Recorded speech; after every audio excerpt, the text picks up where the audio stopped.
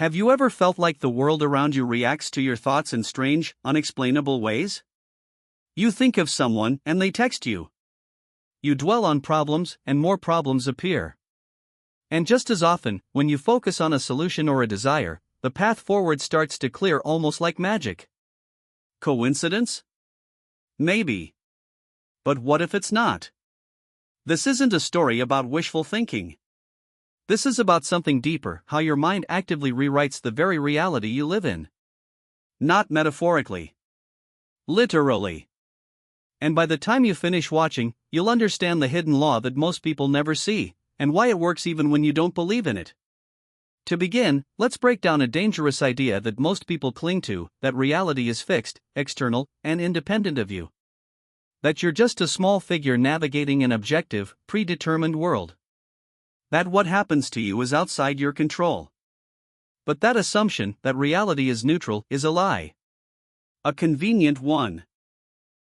One that helps society function, but suppresses the raw power buried in every human mind. Because here's the truth, your brain is not a passive observer of reality. It's a filter. A sculptor. A projectionist.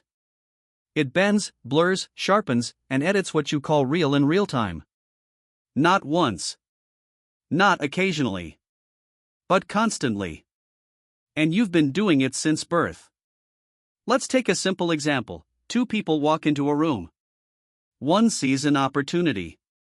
The other sees a threat. Same space. Same facts. Completely different experiences. Why? Because their minds are constructing two different realities based on what they expect to see.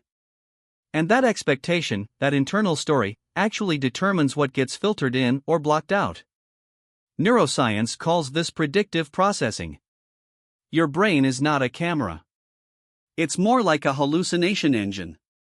It predicts what should be there, then fills in the blanks with its own guesses. You see what you expect, and what doesn't match is either reshaped or ignored. Now here's where it gets interesting and unsettling. If your brain is rewriting the world to match your beliefs, then what happens when your beliefs are false? Or self-destructive? Or inherited from someone else? What happens is, you live in a lie. Not because the world is lying to you, but because you are lying to yourself, without even realizing it. This is why the law of attraction has always been misunderstood. It's not about attracting anything. It's about allowing yourself to experience the version of reality your mind already wants to create. When you change your internal narrative, you don't just feel better. You start seeing things you couldn't see before. Doors open. Patterns emerge. Paths light up that were always there, but hidden. You're not bending reality like a wizard. You're revealing a different layer of it. A layer that was inaccessible until you gave yourself permission to see it. But most people don't get there. Why? Because they never ask the right question. They focus on how to manipulate the external world. How to control outcomes. How to get more. When the real key is understanding how you're already shaping everything you see, and how to stop sabotaging yourself by accident. This is part 1 of a 5-part series that unpacks the hidden mechanics behind manifestation. And what's coming next will challenge the way you see your memories, your goals, and even time itself.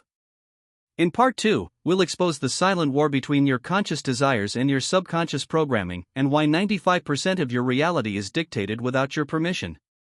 Keep watching, because once you see how deep the illusion goes, you won't be able to unsee it. Part 2, the silent war inside you, why manifestation fails for most people. You're told to think positive. To visualize success.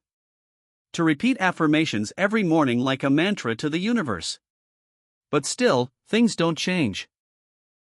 You feel stuck, as if you're dragging yourself toward goals that keep slipping just out of reach. Why? Because there's a silent war happening inside you, and most people never even realize it. Here's the uncomfortable truth: your conscious mind is not in charge. It might feel like it is. It tells the story. It sets the goals. It speaks the affirmations. But the real power, the force that shapes 95% of your daily behavior, comes from the subconscious.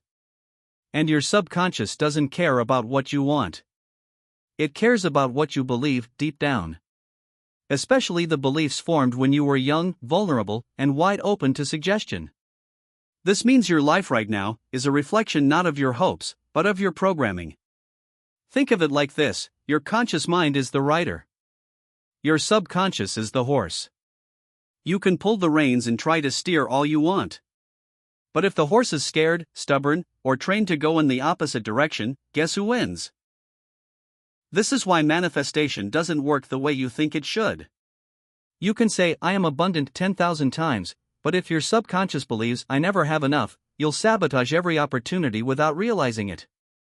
You'll procrastinate, self-sabotage, or make choices that seem rational but are actually designed to keep you stuck in the same loop. You might call it bad luck. But it's not. It's alignment. Alignment with a hidden set of beliefs that you didn't choose, but that have been choosing for you, every day. So where did those beliefs come from? They came from your earliest experiences. From the way your parents talked about money. From the way teachers spoke about your potential. From the way rejection felt the first time you tried to show who you really were and were told it wasn't good enough. And unless you've gone back to examine those moments, those stories, they're still running the show. This is why the law behind manifestation isn't just about focus or desire. It's about identity. Who do you believe you are? What do you think you deserve? What feels normal to you? Because the subconscious doesn't chase what's exciting. It recreates what's familiar. If chaos is familiar, it will choose chaos. If struggle is familiar, it will choose struggle. Even if another part of you is screaming for peace, for love, for freedom. And here's the catch: the subconscious doesn't change through logic. You can't talk it into believing something new. You have to show it. You have to feel it. You have to experience it over and over until the new belief becomes the new baseline. This is the real hidden law: you manifest not what you want, but what you are. And what you are is a composite of beliefs, emotions, patterns, and memories, all stored beneath the surface of your awareness. But what happens when you start shifting those patterns, not just at the level of thought, but at the level of identity? That's when the war ends. That's when the horse and rider move as one. That's when manifestation becomes less like a struggle and more like gravity. Natural. Inevitable. This is not about tricking the universe. It's about stopping the internal resistance you've been carrying your whole life. And in part 3, we're going deeper. You'll discover how time itself is being distorted by your mind and how your memories are constantly being rewritten to fit your current beliefs. This isn't theory. It's science. And it holds the key to unlocking a future you don't just dream about but actually step into. Don't stop here. This next part will change how you see your past and your power to reshape it. Part 3, Rewriting Time: How Your Past and Future Are Being Edited Right Now. You think the past is fixed. That it happened a certain way, and nothing can change it. You think the future is unknown, waiting to unfold based on what you do next. But what if that's not how it works? What if your mind is rewriting both your past and future right now, in real time, without your permission? Sounds impossible until you realize it's already happening. Let's start with memory. You assume your memories are reliable. That what you remember is what really happened. But neuroscience tells us something disturbing: your memories are not recordings. They're reconstructions.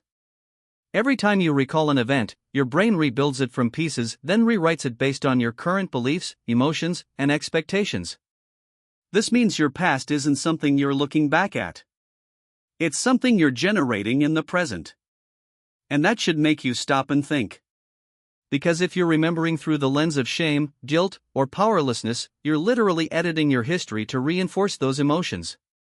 You're turning what may have been neutral or even survivable moments into anchors of pain and limitation. And your subconscious? It watches these mental movies on loop. Then it uses them as the rules for what's possible in your future. But it doesn't end there. The future you imagine is also shaped by the same distortions. If you believe things never work out for me, your brain will automatically reject possibilities that contradict that. It'll highlight risk. It'll ignore opportunity. It'll create a future that feels inevitable because it fits the same story your mind's been telling itself for years. This is how people stay trapped. Not because they're weak. Not because they're unlucky. But because they're caught in a self-reinforcing timeline where their mind reshapes their past and future to match the internal story.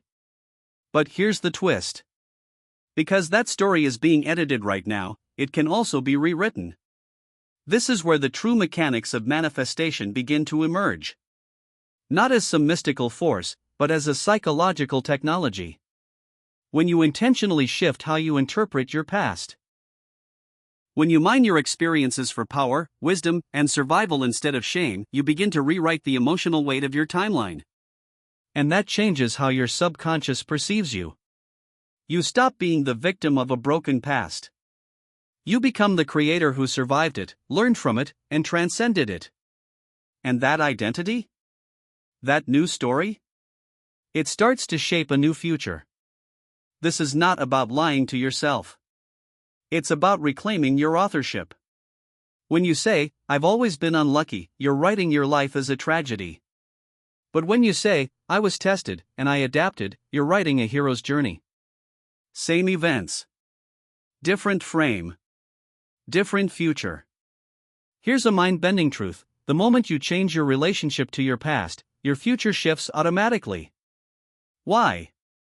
Because your beliefs about what's possible are no longer chained to what's already happened. You create space, and your mind begins to allow new visions to emerge. It begins to expect new outcomes. And remember, you don't manifest what you wish for. You manifest what you expect. This is why trauma healing is not just therapeutic. It's alchemical. It unfreezes energy that was locked in a false memory and pours it into the future you're building now. But to truly harness this power, you need to go deeper. You need to understand how your identity itself is shaped not just by memory, but by the roles you've been forced to play. And that's what Part 4 is all about. In the next chapter, we'll unravel the most invisible trap of all, the identities you've unconsciously adopted, and how they're choosing your outcomes before you ever get a chance to try. This is where the blueprint of your life is really written. If you've ever felt like you're doing all the right things and still getting nowhere, this next part is going to show you why and what to do about it. Part 4, The Identity Trap: Why You Keep Manifesting the Same Life. You're not manifesting based on your goals.